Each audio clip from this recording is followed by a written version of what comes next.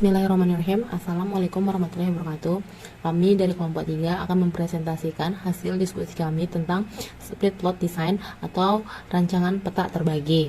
Sebelum memulai presentasi, saya akan memperkenalkan anggota dari kelompok 3. Yang pertama yaitu saya sendiri, Elmi Kratil Urwa, kemudian ada Hafsah, Tamsilul Lawamah, Ananda Awalia, Baik Halwa Auni Aprinianti, Baik Siti Fatimah Zohrah, Eka Retna Januartining, Halawatun Tajali, Ika Firsta Pananda, Joji Ardian Pembargi, Maraatun Solihah, Maudi Isnainun, Nadia Sulistia, Nurul Mustifa, Ru'yatul Hilal, dan yang terakhir yaitu Windia Cantika. Dalam split plot design ini kami akan membahas yaitu konsep dasar, contoh dan penggunaannya dalam kehidupan, asumsi model, struktur data dan pengacakan, model statistik, tabel ANOVA, contoh kasus dan penyelesaian, dan yang terakhir yaitu tentang split plot design.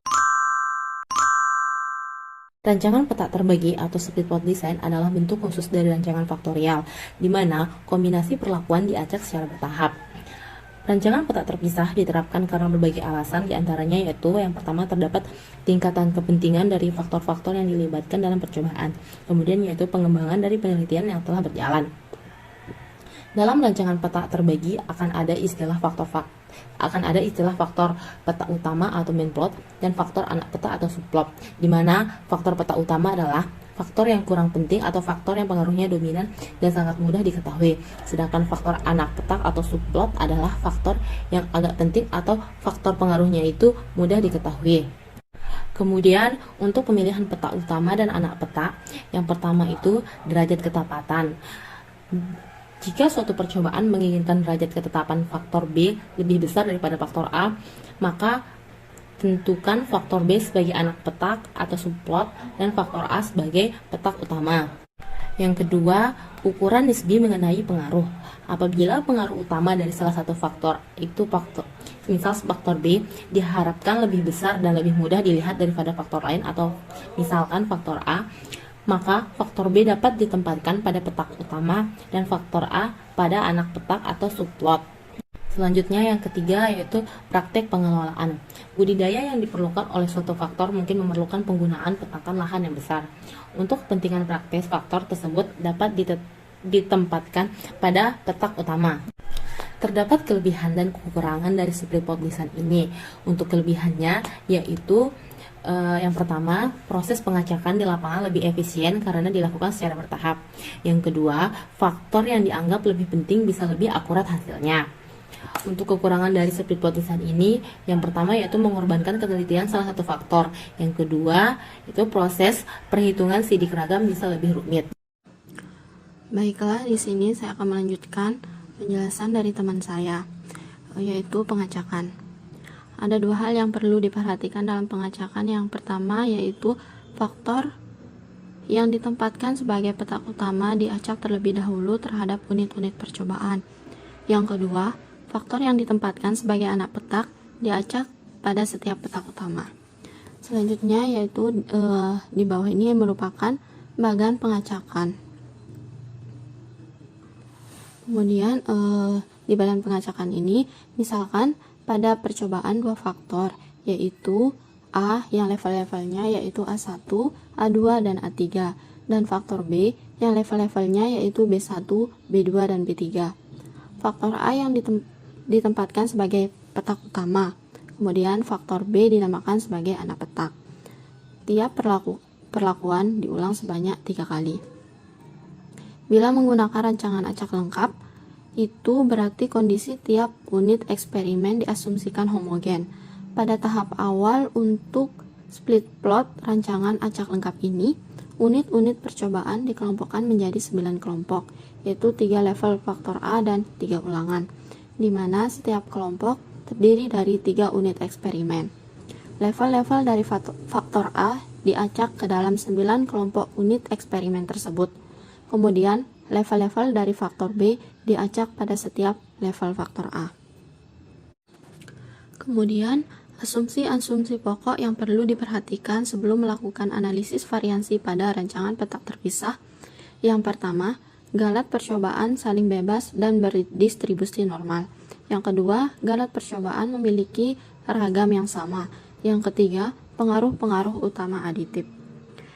Kemudian, langkah-langkah analisis varians pada rancangan peta terpisah. Yang pertama, menghitung faktor koreksi dan jumlah kuadrat total. Yang kedua, menghitung jumlah kuadrat, derajat bebas, dan kuadrat tengah pada masing-masing sumber variansi. Yang ketiga, menghitung koefisien keragaman peta utama dan anak peta. Yang keempat, melakukan pengujian hipotesis pengaruh perlakuan dengan menghitung nilai F untuk setiap pengaruh yang perlu diuji. Sekian dari saya. Baiklah, saya akan menjelaskan mengenai contoh penggunaan split plot design dalam kehidupan sehari-hari.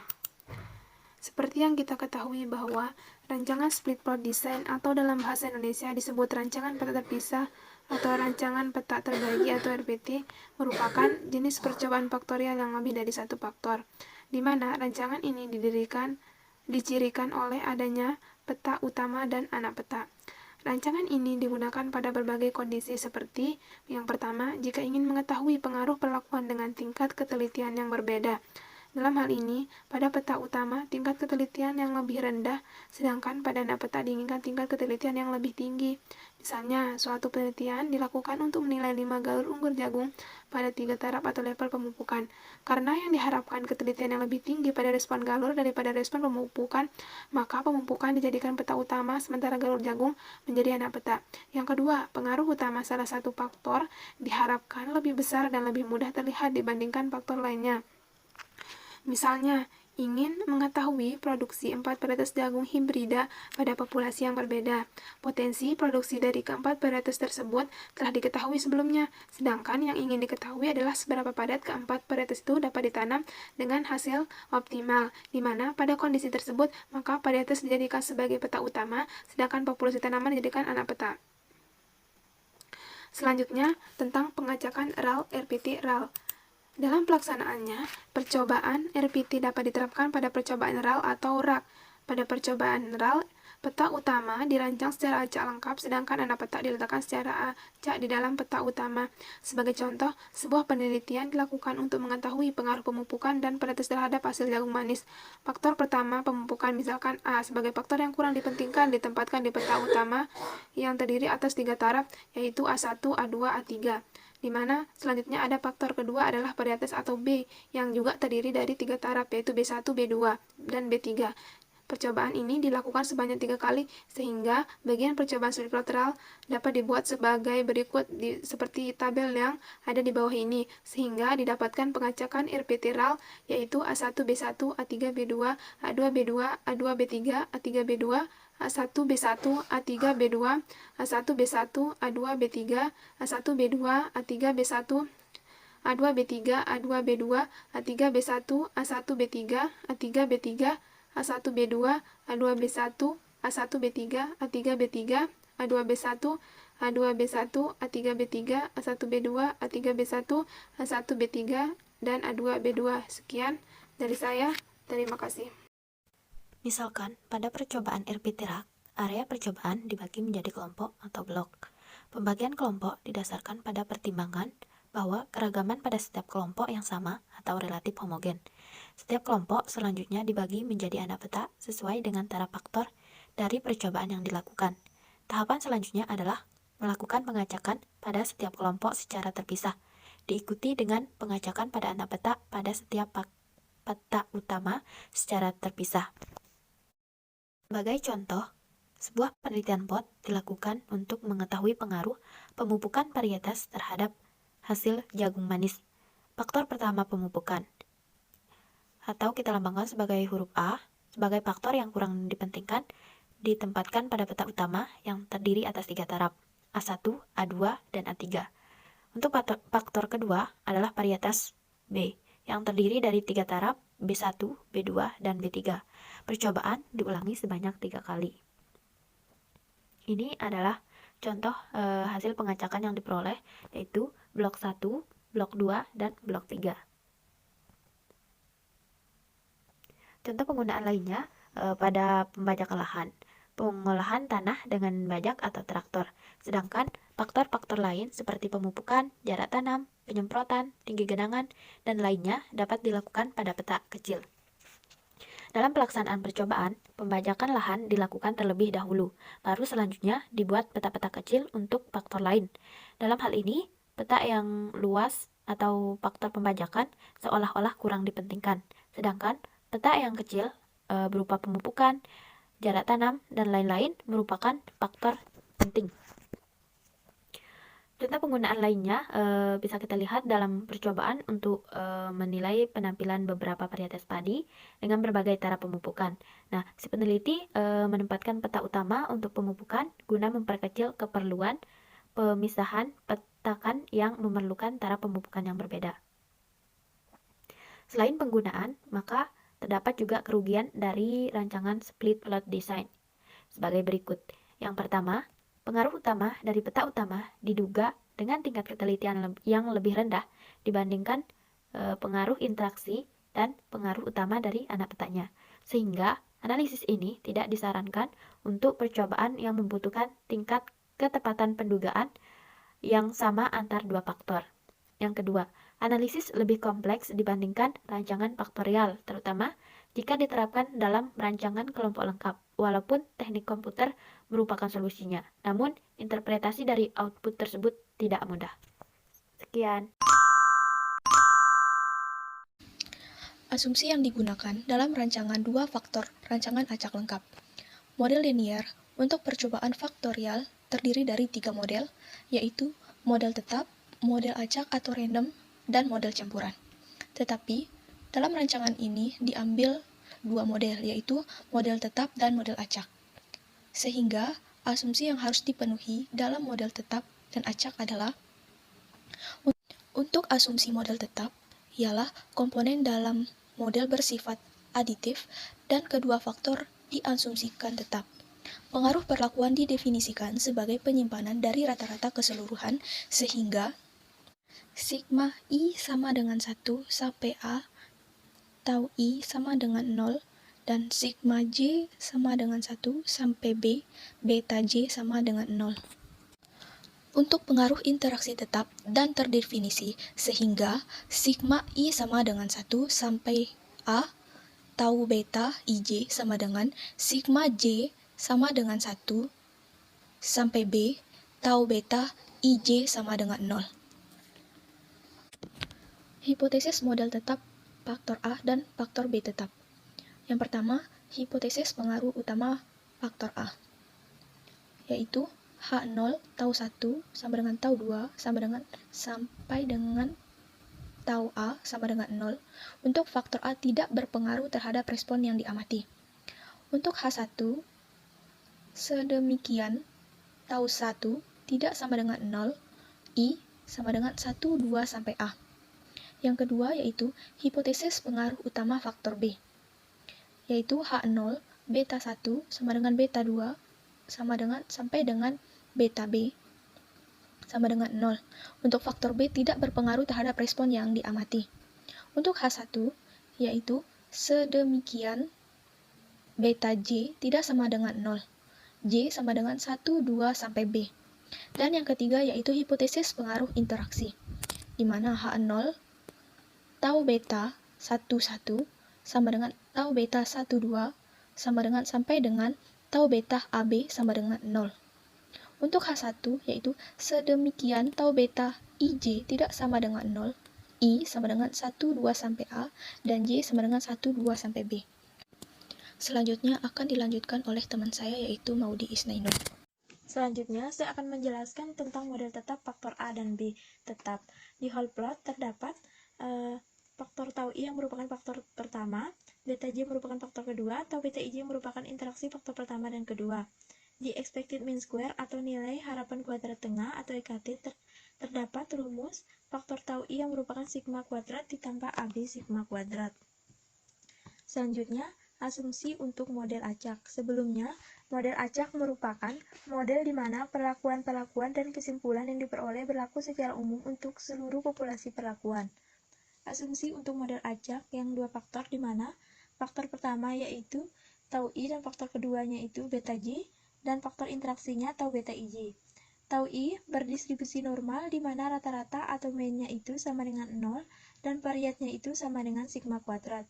Dan faktor beta J berdistribusi normal dan interaksinya berdistribusi normal. Hipotesis model acak faktor A dan faktor B. Hipotesis pengaruh utama faktor A, di mana H0-nya keragaman perlakuan tidak berpengaruh terhadap respon yang diamati. H1, yaitu keragaman perlakuan berpengaruh positif terhadap respon yang diamati. Hipotesis pengaruh utama faktor B, di mana H0 keragaman faktor B tidak berpengaruh terhadap respon yang diamati. Selanjutnya, hipotesis pengaruh interaksi, di mana H0 keragaman interaksi faktor A dengan faktor B tidak berpengaruh terhadap respon yang diamati.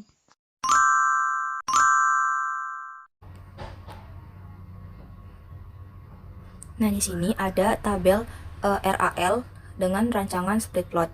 Di sini ada dua faktor, yaitu faktor A dan faktor B, dengan faktor A 3 level dan faktor B 2 level.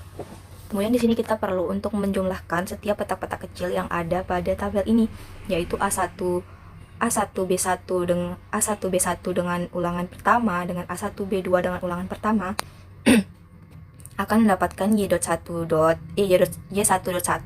Kemudian kita juga akan mendapatkan Y1.2, Y1.3 dan seterusnya sampai Y3.3. Kemudian kita bisa menjumlahkan jumlah petak-petak kecil ini menjadi Y1 dot dot. Caranya yaitu menjumlahkan dengan Y1.1, Y1.2, Y1.3 akan menghasilkan Y1 dot dot. Kemudian kita bisa jumlahkan juga Y2.1, Y2.2, Y2.3 akan menghasilkan Y2 dot dot. Begitu juga dengan Y3 dot dot.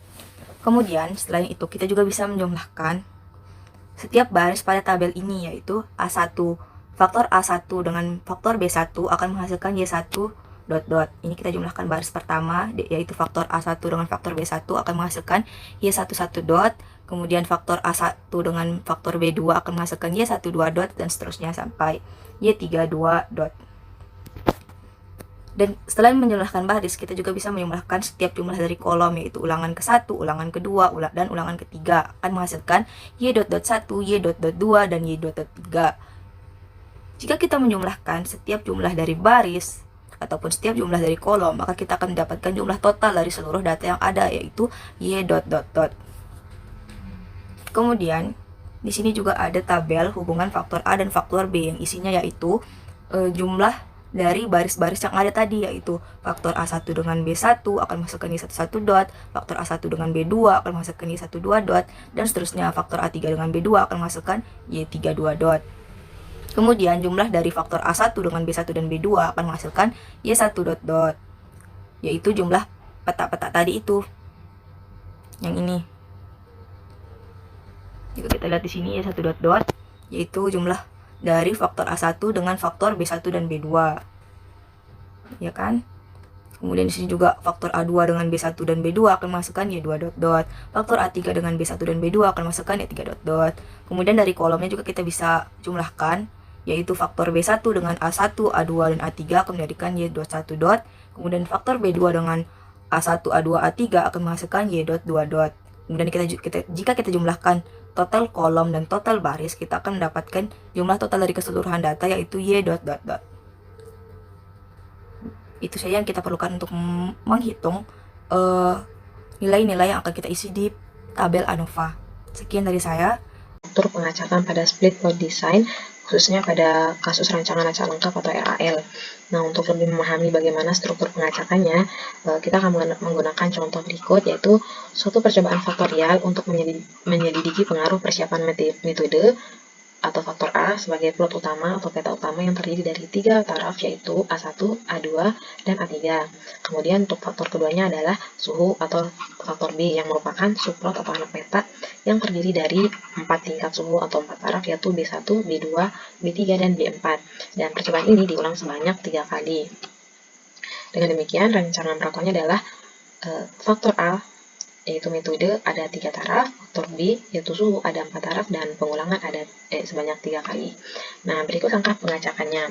Langkah pertama adalah kita bagi area percobaan menjadi A kali R satuan percobaan, sesuai dengan taraf faktor A dan banyaknya pengulangan. Kan pada contoh tadi itu, kita ada 3 taraf faktor A dan 3 kali pengulangan, sehingga jika dikalikan kan hasilnya 9, sehingga kita buat 9 peta seperti ini.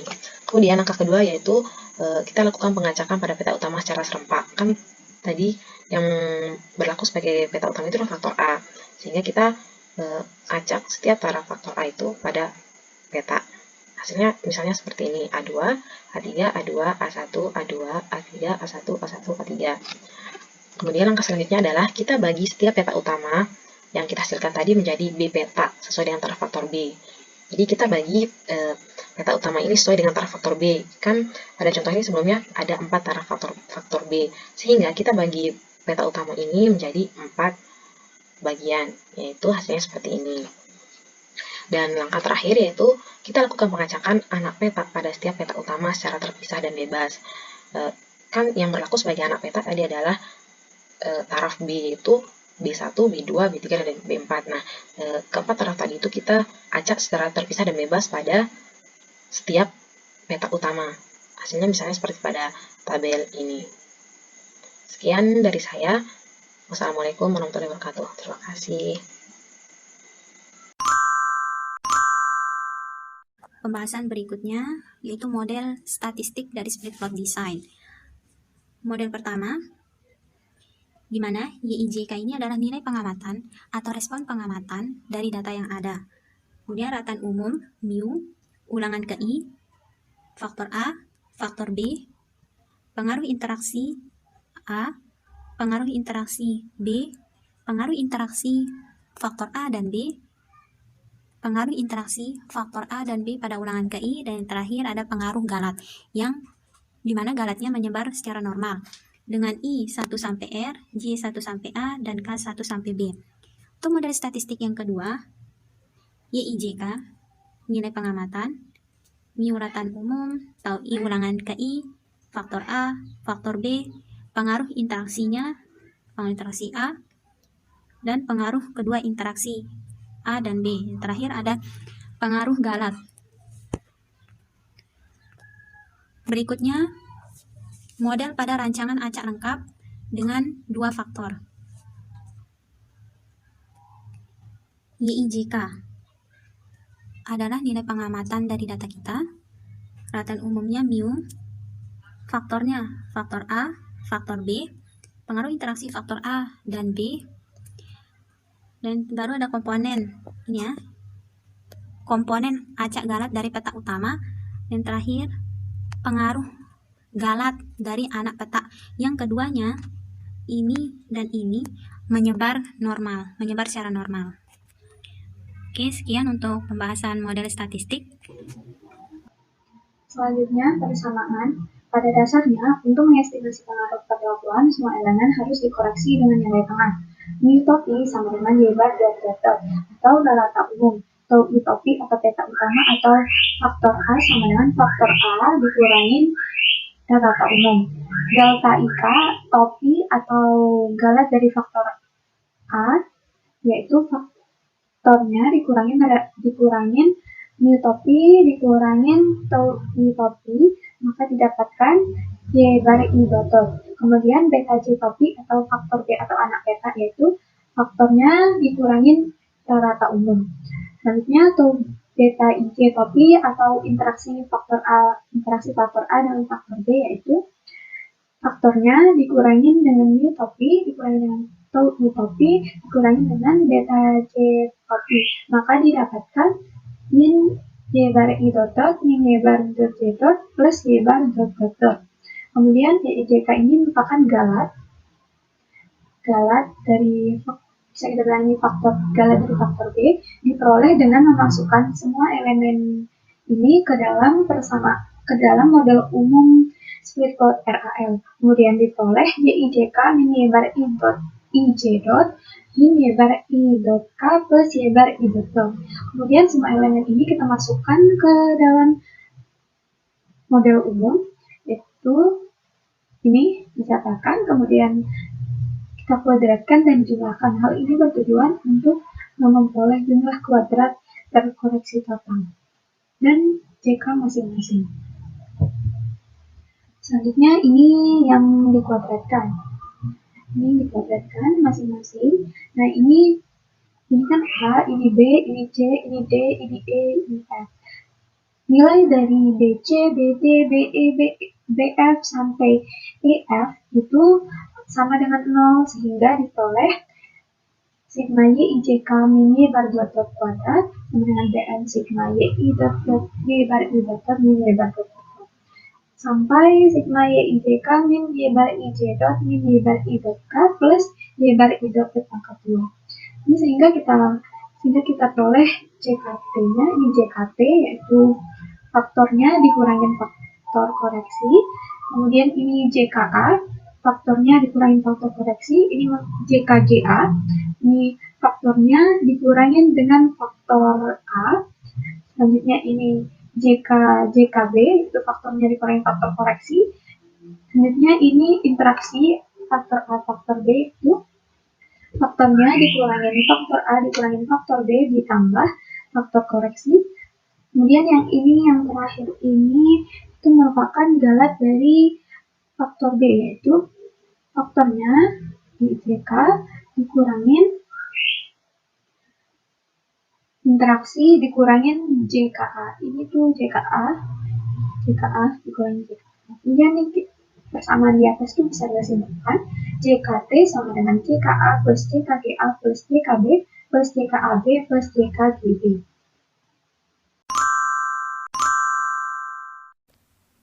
Sebelum kita menentukan tabel ANOVA, terlebih dahulu kita menentukan hipotesis. Adapun bentuk hipotesis yang diuji dari rancangan peta terpisah atau split plot design dalam bentuk RAL itu ada 3. Yang pertama adalah pengaruh petak utama atau faktor A, di mana hipotesis nolnya itu adalah alfa 1 sama dengan alfa 2 sampai dengan alfa A sama dengan 0, maka faktor A ini tidak berpengaruh terhadap respon. Jika ada paling sedikit 1 I, di mana alfa I tidak sama dengan 0, maka faktor A ini berpengaruh terhadap respon. Kemudian, hipotesis yang kedua itu adalah pengaruh anak petak atau faktor B-nya, di mana hipotesis nolnya itu adalah beta 1 sama dengan beta 2 sampai dengan beta B sama dengan 0, maka faktor B ini tidak berpengaruh terhadap respon. Jika ada paling sedikit 1J, di mana BJ tidak sama dengan 0, maka faktor B berpengaruh terhadap respon. Dan hipotesis yang ketiga itu adalah pengaruh interaksi antara faktor A dengan faktor B. Hipotesis nolnya itu adalah alfa beta 11 sama dengan alfa beta 12 sampai dengan alfa beta AB sama dengan 0, maka interaksi antara faktor A dengan faktor B tidak berpengaruh terhadap respon.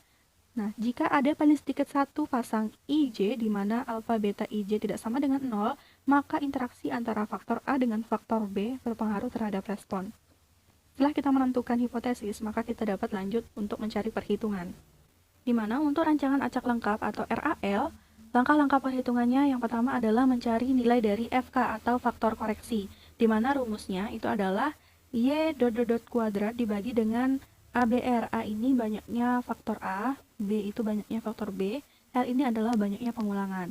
Nah, setelah kita dapatkan nilai dari FK, maka kita lanjut mencari nilai dari jumlah kuadrat. Yang pertama adalah JKT atau jumlah kuadrat total, di mana rumus dari JKT ini adalah sigma I dari 1 sampai A, sigma J dari 1 sampai B, sigma K dari 1 sampai R, Y I J K kuadrat dikurangi dengan FK. Rumusnya sama seperti materi-materi sebelumnya. Jika sudah mencari nilai JKT, maka kita lanjut untuk mencari nilai dari JKST atau jumlah kuadrat subtotal. Jumlah kuadrat subtotal ini kita cari nilainya untuk dapat mencari nilai dari JK galat untuk faktor A-nya. Nah, rumus dari JKST ini yaitu adalah sigma I dari 1 sampai A, sigma K dari 1 sampai R, YI dot K kuadrat dibagi dengan B dikurangi dengan FK. Jika sudah menemukan nilai dari JKST, kita lanjut ke JKA atau jumlah kuadrat faktor A. Rumusnya yaitu sigma I dari 1 sampai A, YI dot kuadrat dibagi dengan BR dikurangi dengan FK. Jika kita sudah mendapatkan nilai dari JKST dan JKA, maka kita dapat menghitung nilai dari jumlah kuadrat galat petak utama untuk yang faktor A-nya, yaitu JKGA sama dengan JKST dikurangi JKA. Jumlah kuadrat subtotalnya dikurangi dengan jumlah kuadrat faktor A-nya. Selanjutnya, kita dapat mencari nilai dari JKB, jumlah kuadrat faktor B, di mana rumus dari JKB itu adalah sigma J dari 1 sampai B, Y dot J dot kuadrat dibagi dengan AR dikurangi dengan FK. Nah, setelah dapat nilai dari JKB, kita lanjut mencari nilai dari JKAB. di mana rumus dari JKAB itu adalah sigma I dari 1 sampai A, sigma J dari 1 sampai B, sigma K dari 1 sampai R, YIJ dot bar dikurangi dengan Y dot dot dot bar dikuadratkan dikurangi dengan JKA dikurangi JKB. Nah, rumus yang di kotak merah ini merupakan rumus dari JKP atau jumlah kuadrat perlakuan, di mana rumus dari JKP ini kita bisa tulis dalam bentuk yang ini. Sigma I dari 1 sampai A, sigma J dari 1 sampai B, YIJ dot kuadrat dibagi dengan R, dikurangi dengan FK. Ini merupakan JKP. Nah, setelah itu kita dapat rumus JKAB adalah JKP dikurangi dengan JKA dikurangi dengan JKB. Setelah kita dapat nilai dari JKB dan JKAB, kita lanjut mencari nilai dari jumlah kuadrat galat untuk yang faktor B-nya, JKGB-nya. Di mana rumus dari JKGB ini adalah JKT yang tadi di awal dikurangi dengan JKP yang ini dikurangi dengan JKGA, jumlah kuadrat galat untuk yang faktor A-nya. Selanjutnya, setelah kita mencari jumlah kuadrat, maka kita dapat mencari kuadrat tengah atau KT dari masing-masing faktor, di mana untuk yang KTA rumusnya itu adalah jumlah kuadrat A dibagi dengan DBA. DBA ini rumusnya adalah A dikurangi dengan 1. Kemudian untuk yang KTGA, kuadrat tengah galat untuk yang faktor A, di mana rumusnya adalah jumlah kuadrat galat A-nya dibagi dengan derajat bebas galat untuk yang faktor A-nya. Di mana rumus untuk yang derajat bebas galat faktor A itu adalah A dikalikan dengan R-1. Setelah kita dapat nilai KTG untuk yang A, kita lanjut mencari nilai dari kuadrat tengah B-nya, faktor B-nya, di mana rumusnya itu adalah JKB dibagi dengan DB untuk yang faktor B, yaitu B-1. Selanjutnya, itu adalah mencari nilai dari KTG, kuadrat tengah galat untuk yang faktor B, di mana rumusnya itu adalah jumlah kuadrat galat yang B-nya dibagi dengan derajat bebas galat untuk yang faktor B.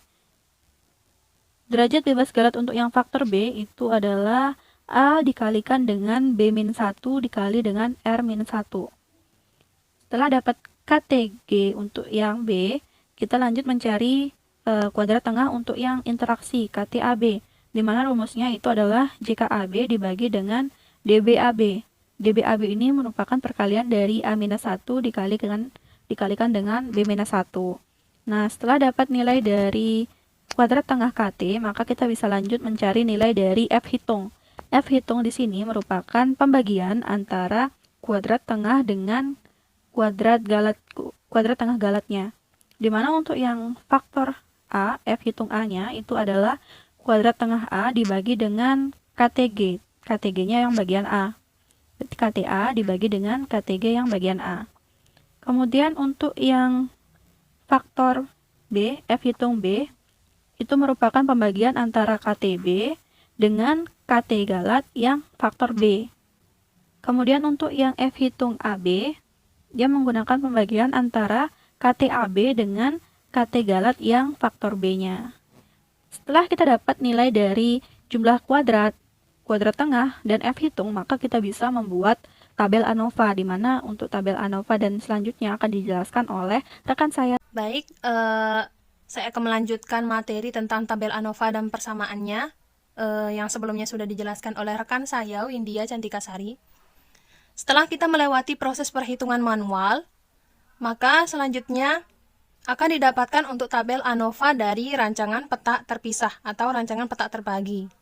Pada tabel ANOVA untuk split plot design ini, nilai galat untuk masing-masing faktor utamanya itu berbeda. Galat peta utama dari faktor A dengan galat anak petanya dari faktor B itu nilainya berbeda. Lalu, nilai R di sini adalah merupakan jumlah ulangan yang dilakukan dari eksperimen. Sehingga, untuk hitungannya sama saja, yaitu derajat bebas total, itu merupakan gabungan dari derajat bebas faktor utama A, B, dan faktor interaksi dari AB, serta galat A dan galat B. Sama juga dengan jumlah kuadrat totalnya. Jadi jumlah kuadrat total itu keseluruhan dari nilai jumlah kuadrat dari A, B. Interaksi dari AB, serta jumlah kuadrat galat dari A dan B.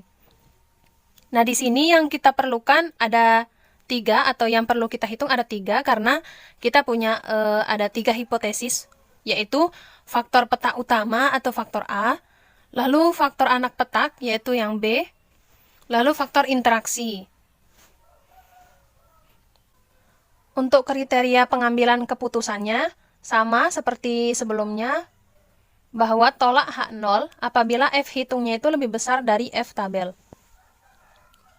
Nah, nanti kita akan mendapatkan kesimpulan bahwa pengaruh peta utama atau faktor A, pengaruh anak peta dari faktor B, dan pengaruh interaksi, yaitu AB, apabila F hitungnya itu lebih besar dari F tabel, atau H0-nya ditolak, maka pengaruh faktor A itu berpengaruh signifikan. Berlaku juga untuk faktor B, signifikan juga, dan juga interaksinya signifikan.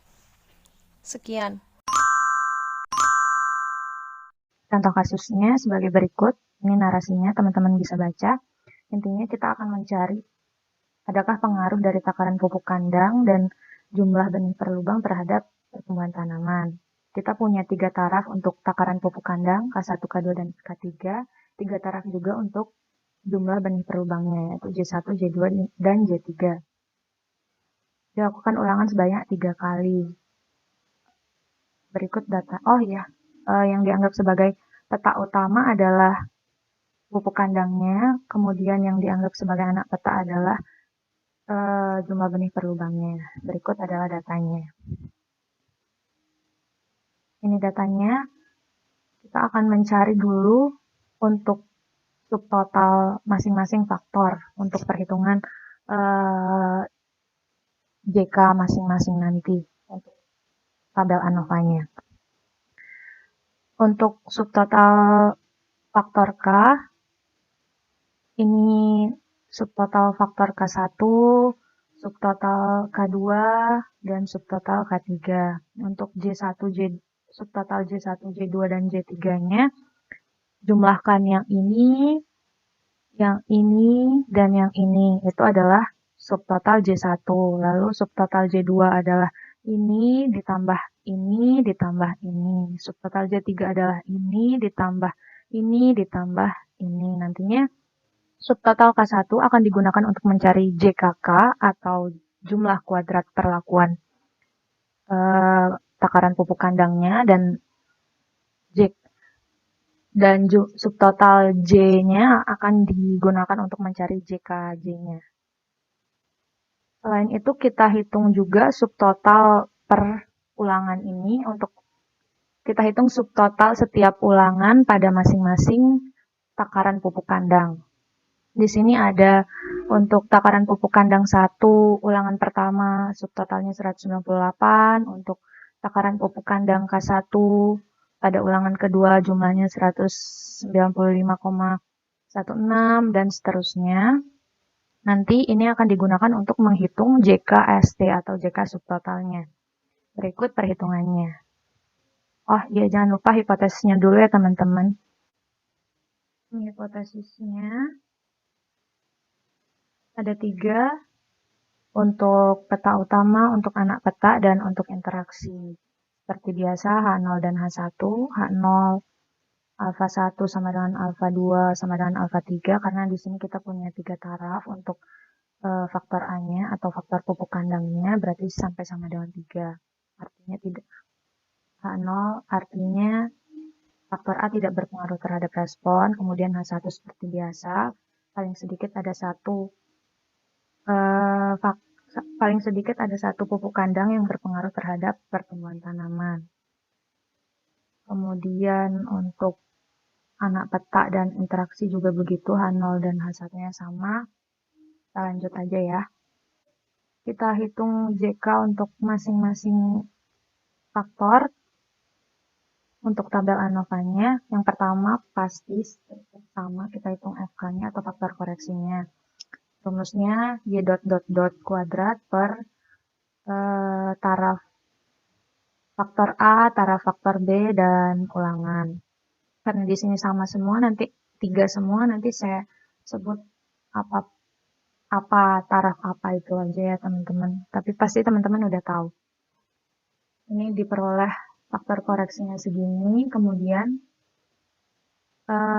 JKT-nya masing-masing data dikuadratkan sama seperti biasa, 63, mana datanya? Ini kuadrat, tambah ini kuadrat, tambah ini kuadrat, terus dikuadratkan dan dijumlahkan sampai ke data terakhir yaitu 63,00 kuadrat untuk JKT, lalu dikurangi dengan FK, diperoleh nilai segini. Kemudian kita cari JKA-nya menggunakan subtotal dari K1, K2, dan K3 tadi yang sudah kita peroleh sama-sama. Subtotal untuk K1 kuadrat ditambah dengan subtotal untuk K2 kuadrat ditambah dengan subtotal K3 kuadrat dibagi, karena ini kan JKA berarti dibagi dengan taraf B kali ulangan. Lalu dikurangi FK. Diperoleh hasilnya segini. Kemudian untuk JKST atau JK subtotal tadi yang kita peroleh sama-sama untuk masing-masing ini tadi, yang ini, yang ada 9 ini, dikuadratkan masing-masing lalu dijumlahkan. Lalu dibagi 3, karena kan yang ini tadi yang jalan adalah K-nya tetap, K1, kemudian ulangannya tetap, berarti J-nya yang jalan. Berarti yang itu dibagi J. Untuk ST-nya dibagi dengan taraf dari J atau taraf dari B. Kemudian dikurangi dengan FK. Diperoleh nilai sebesar ini. Kemudian dicari JKGA-nya. Caranya JKST yang kita peroleh tadi dikurangi dengan JKA. Selanjutnya akan dilanjutkan oleh teman saya, Baik Halwa. Nah, selanjutnya kita membuat tabel kedua, yaitu tabel antara takaran pupuk kandang dan juga benih. Di sini perlakuannya masing-masing ada 3 kan. Inilah bentukan tabelnya dan ini total baris dan kolom. Selanjutnya kita mencari JKB, JKAB, dan JKGB. JKB adalah jumlah kuadrat faktor B, JKB adalah jumlah kuadrat interaksi faktor A dan B, dan JKGB adalah jumlah kuadrat galat anak utama. Kita akan mencari JKB-nya terlebih dahulu. Rumusnya kan udah dipaparin tadi kan sebelumnya, yaitu Y dot C dot kuadrat per A kali R. Di sini Y dot C dotnya adalah ini 587, 602, dan 589. Dibagi A kali R, jumlah faktor A adalah 3, jumlah ulangannya 3, dan dikurangi faktor koreksinya. Dapatkanlah hasil sekian. Lalu JKAB-nya, rumusnya JKP min JKA min JKB. Nah, JKP sendiri ini rumusnya kan sigma YI dot kuadrat dibagi ulangannya. Nah, sigma YI dot sigma IJ dot kuadrat itu adalah masing-masing kuadrat dari masing-masing jumlah kuadrat dari tabel ini. Nah, dibagi ulangannya 3, dikurangin FK-nya dan dikurangin JKA min JKB-nya. Diperoleh hasil 13,20996. Terakhir JKGB-nya yaitu dengan rumus jumlah kuadrat total dikurangin perlakuan dikurangin galat faktor A. Diperoleh hasil 10,7783. Selanjutnya kita mencari derajat bebasnya. Sebelumnya juga sudah dipaparkan kan rumus-rumus untuk mencari derajat bebas dari masing-masing sumber keberagaman. Ini tinggal dimasukin aja nilai A, B, dan R-nya, di mana A-nya adalah jumlah faktor A, B-nya jumlah faktor B, dan R adalah jumlah ulangan. Didapatkanlah hasil sekian. Begitu juga dengan kuadrat tengah. Lalu kita dapatkan tabel ANOVA-nya. Kita masukkan DB-nya tadi udah kita hitung, JK yang udah kita hitung, lalu kita hitung KT-nya dengan membagi JK per DB-nya, dan terakhir kita dapatkan F hitungnya. Jadi di sini kita dapatkan F hitung untuk faktor A, faktor B, dan faktor interaksi. Karena kan dia hipotesisnya ada 3, jadi kesimpulannya juga ada 3. Yang pertama yaitu pengaruh petak utama atau jumlah pupuk kandang. Di sini F hitungnya faktor A yaitu 10,80. Dan F tabelnya kita dapatkan yaitu 5,143. Sebelumnya F tabelnya ini kan dengan alfanya 5% dan didapatkan hasil segini. Ini kan jelas F hitungnya lebih besar, maka akan 0. Artinya pada tingkat kepercayaan 95%, faktor A atau di sini yaitu takaran pupuk kandang itu berpengaruh yang signifikan terhadap pertumbuhan dan hasil tanamannya. Nah, kesimpulan kedua yaitu pengaruh anak petak atau benihnya. Di sini 7,67 kan F hitungnya. Nah, yang F tabelnya kita dapatkan 3,885. Maka kesimpulannya yaitu tolak nol karena F hitungnya lebih besar daripada F tabel. Artinya pada tingkat kepercayaan 95%, faktor B yaitu benih berpengaruh terhadap pertumbuhan dan hasil tanaman. Nah, A dan B-nya ini kan udah berpengaruh. Udah sama-sama ditolak nolnya, ini berpengaruh. Nah, sekarang yang terakhir kita lihat pengaruh interaksinya. Di sini F hitungnya kita dapatkan 3,677 dan F tabelnya yaitu 3,259. Masih lebih besar F hitung kan? Maka otomatis kesimpulannya tolak nol yang artinya pada kepercayaan 95%, interaksi antara faktor A yaitu tukaran pupuk kandang dan juga faktor B yaitu benih juga berpengaruh signifikan dengan pertumbuhan dan hasil tanaman yang akan didapatkan. Sekian, terima kasih. Untuk pengertiannya, pada video awal sudah dijelaskan bahwa rancangan peta terbagi atau split plot adalah rancangan percobaan yang menggunakan dua faktor yang menitik beratkan pada penyelidikan terhadap pengaruh utama salah satu faktor dan interaksi dari kedua faktor yang dianggap lebih penting untuk diteliti daripada pengaruh dari faktor yang lain. Oleh karena itu, dalam rancangan peta terbagi ini terdapat peta-peta yang terbagi menjadi peta utama dan anak peta. Rancangan ini awalnya berkembang pada bidang pertanian, kemudian dikembangkan oleh R.A. Fisher dan F. Yates. Selanjutnya, yaitu kelebihan dan kelemahan dari split plot design. Untuk yang pertama, yaitu kelebihannya. Untuk yang pertama, proses pengacakan lebih efisien karena dilakukan secara bertahap. Yang kedua, yaitu faktor yang dianggap lebih penting bisa lebih akurat hasilnya. Selanjutnya, yaitu kekurangan dari split plot design ini. Yang pertama, proses perhitungan sidik ragam atau analisis ragam bisa lebih rumit. Yang kedua, mengorbankan ketelitian salah satu faktor. Masalah syarat dan tujuan pada faktorial. Langsung saja masuk ke materinya. Yang pertama tentang masalah. Jadi masalah di sini dimaksudkan bukan suatu masalah, tapi bagaimana split plot design ini dapat diterapkan pada kehidupan di lapangan. Baik, di sini saya menampilkan 3 saja dari permasalahan yang mungkin bisa diselesaikan dengan split plot design. Jadi yang pertama adalah tentang masalah teknis lapangan. Jadi maksud dari masalah teknis lapangan di sini adalah